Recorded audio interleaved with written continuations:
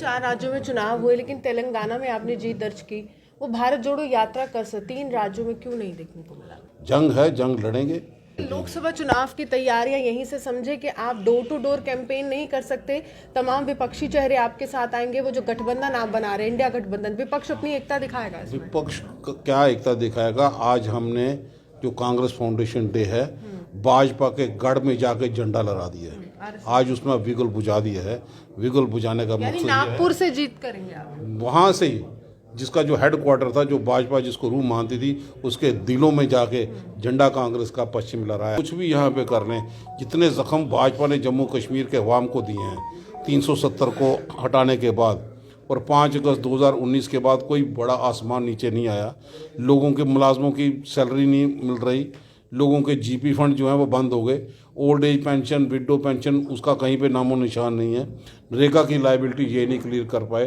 कोई private investor Jammu Kashmir में, जम्मू में इन्वेस्ट करने के लिए नहीं आया।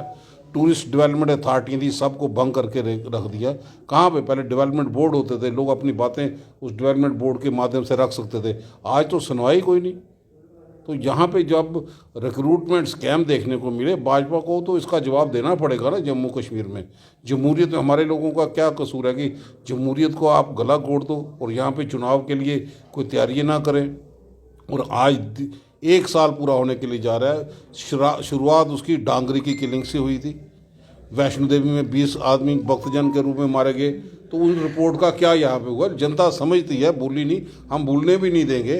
और वहीं पे फौजियों की शहादत का लगातार डीजी डेरा गली में बार बार जगह 1 साल में 2 साल में वहीं पे अटैक होना, तो सिक्योरिटी ग्रिड कहाँ पे है?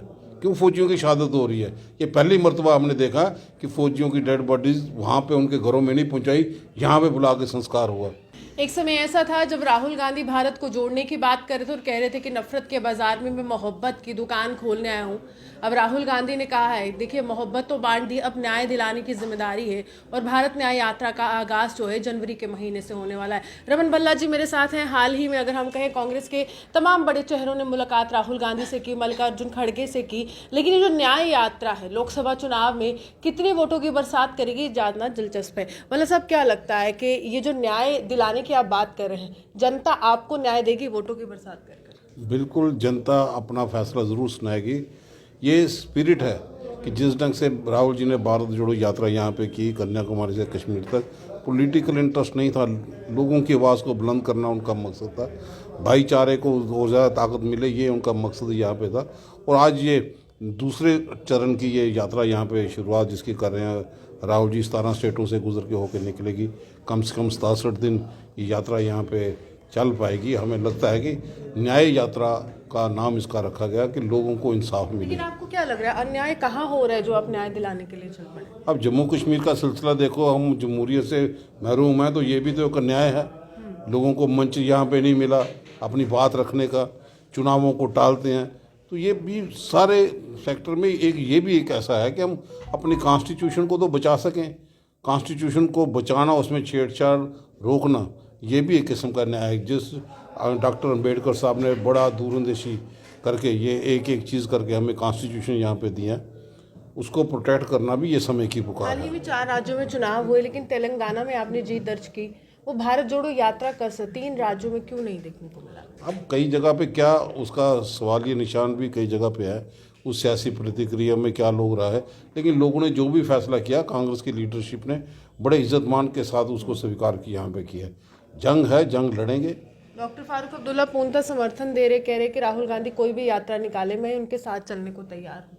मैं समझता हूँ जितने बुद्धिजीवी लोग हैं, आपने देखा जब राहुल जी जम्मू कश्मीर में आए तो तमाम जो सेकुलर सोच रखते थे उन्होंने उनका साथ यहाँ पे दिया, उस सोच का साथ दिया। हमें भी लगता है कि इस समय की पुकार है कि लोग उनका साथ यहाँ पे दें। लोकसभा चुनाव की तैयारियां यहीं से समझे कि आप डोर टू डोर कैंपेन नहीं कर सकते। तमाम विपक्षी चेहरे आपके साथ आएंगे। वो जो गठबंधन आप बना रहे हैं, इंडिया गठबंधन, विपक्ष अपनी एकता दिखाएगा इसमें। विपक्ष क्या एकता दिखाएगा? आज हमने जो कांग्रेस फाउंडेशन डे है, भाजपा के गढ़ में जाके झंडा लहरा दिया है। आज उसमें विगल बुझा दिया है। विगल बुझाने का मकसद नागपुर से जीत करेंगे आप? वहाँ से ही, जिसका जो हेड क्वार्टर था, जो भाजपा जिसको रूह मानती थी, उसके दिलों में जाके झंडा कांग्रेस का पश्चिम लहराया है। ये भी एक अपने आप में एक शुरुआत यहाँ पे इससे होगी। पूर्व आपने सांसद के रूप में यहाँ पर आप कैंडिडेट बने थे कांग्रेस के, लेकिन आप जीत नहीं दर्ज कर पाए। इस बार फिर से सांसद के रूप में आपको कैंडिडेट मानते हैं? पार्टी का फैसला होता है, पार्टी हमें जहाँ बिठाए, किसी जगह पे ओहदे पे काम का, हम कार्यकर्ता यहाँ पे हैं। ये मैंडेट कांग्रेस की लीडरशिप के पास तैयार है ना लोकसभा के लिए? ये कांग्रेस कार्यकर्ता तौर पे हम हर वक्त तैयार है। कोई हमारा साथी है, हमारा ये मकसद नहीं होता कि हम ही यहाँ पे हो। हम क्यों, बड़े बड़े अच्छे भी हो सकते हैं। इंडिया गठबंधन का मैनिफेस्टो कांग्रेस लेकर आएगी यहाँ पर, या कांग्रेस का अपना मैनिफेस्टो जम्मू कश्मीर के लिहाज से? हर एक रियासत के अपने अपने इश्यूज यहाँ पे होते हैं। हमारी रियासत के तो ज़्यादा इश्यूज हैं। हमें लगता है कि ये जम्मू कश्मीर था जिसने भाजपा को एक सत्ताधारी पार्टियों के रूप में यहाँ पे बिठाया, और यही जम्मू कश्मीर होगा जो भाजपा को जड़ से फेंकाएगा। मैं लगता है कि इसी वजह से कि जब जम्मू कश्मीर के चुनाव यहाँ पे हो जाते तो भाजपा को करारा जवाब मिलता, और शायद हिंदुस्तान में ये मुंह दिखाने के काबिल नहीं रहते। इसलिए यहाँ के रियासत में चुनाव जो है वो टाल रहे हैं। हालांकि करगिल तो एक छोटा सा एक एग्जाम्पल यहाँ पे था, और वो भी हिंदुस्तान ने माना कि अगर ये सब कुछ इन्होंने ठीक कदम उठाए हैं तो फिर करगिल में इनको 2 सीटें क्यों। यही एक वजह थी। भी कहते हैं कि वोट शेयर बढ़ा है, वो भी दिल बहला रहे हैं। वोट शेयर बढ़ने से नहीं होता, उनका नाम लेना चाहिए। वो सत्ताधारी पार्टी हैं जो कल तक 50 के पार की बातें करते हैं, 2 तक सिमट कर रह गई। जम्मू कश्मीर में तो और ज़्यादा करारा जवाब मिलेगा। ये चाहे कुछ भी यहाँ पे कर लें, जितने ज़ख्म भाजपा ने जम्मू कश्मीर के अवाम को दिए हैं 370 को हटाने के बाद, और 5 अगस्त 2019 के बाद कोई बड़ा आसमान नीचे नहीं आया। लोगों के मुलाजमों की सैलरी नहीं मिल रही, लोगों के जीपी फंड जो हैं वो बंद हो गए, old age pension, window pension, उसका कहीं पे नामो निशान नहीं है। नरेगा की लाइबिलिटी ये नहीं क्लियर कर पाए। कोई प्राइवेट इन्वेस्टर जम्मू कश्मीर में, जम्मू में इन्वेस्ट करने के लिए नहीं आया। टूरिस्ट डेवलपमेंट अथॉरिटी थी, सबको भंग करके रख दिया। कहाँ पे पहले डेवलपमेंट बोर्ड होते थे, लोग अपनी बातें उस डेवलपमेंट बोर्ड के माध्यम से रख सकते थे। आज तो सुनवाई कोई नहीं। तो यहाँ पे जब रिक्रूटमेंट स्कैम देखने को मिले, भाजपा को तो इसका जवाब देना पड़ेगा ना। जम्मू कश्मीर में जमहूरियत में हमारे लोगों का क्या कसूर है कि जमहूरियत को आप गला घोट दो और यहाँ पे चुनाव के लिए कोई तैयारी ना करें। और आज 1 साल पूरा होने के लिए जा रहा है। शुरुआत उसकी डांगरी की किलिंग से हुई थी। वैष्णो देवी में 20 आदमी भक्तजन के रूप में मारे गए। तो उस रिपोर्ट का क्या यहाँ पे हुआ? जनता समझती है, भूली नहीं, हम भूलने भी नहीं देंगे।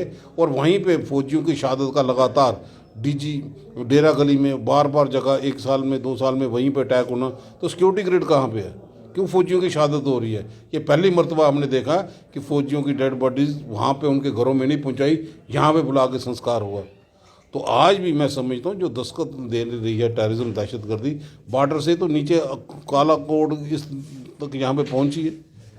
तो ये सब चीज़ों का जवाब इनको देना पड़ेगा। सिलेक्टिव किलिंग हो, टारगेटिंग किलिंग यहाँ पे हो, और मैं समझता हूँ कि लोग बड़ा बेसब्री से इंतज़ार कर रहे हैं, इसका करारा जवाब देंगे। देखिए, साफ तौर पर भाजपा ने जो जख्म दिए हैं राहुल गांधी उस पर मरहम लगाएंगे, लेकिन कैसे लगाएंगे ये आप भी ज़रूर देखें।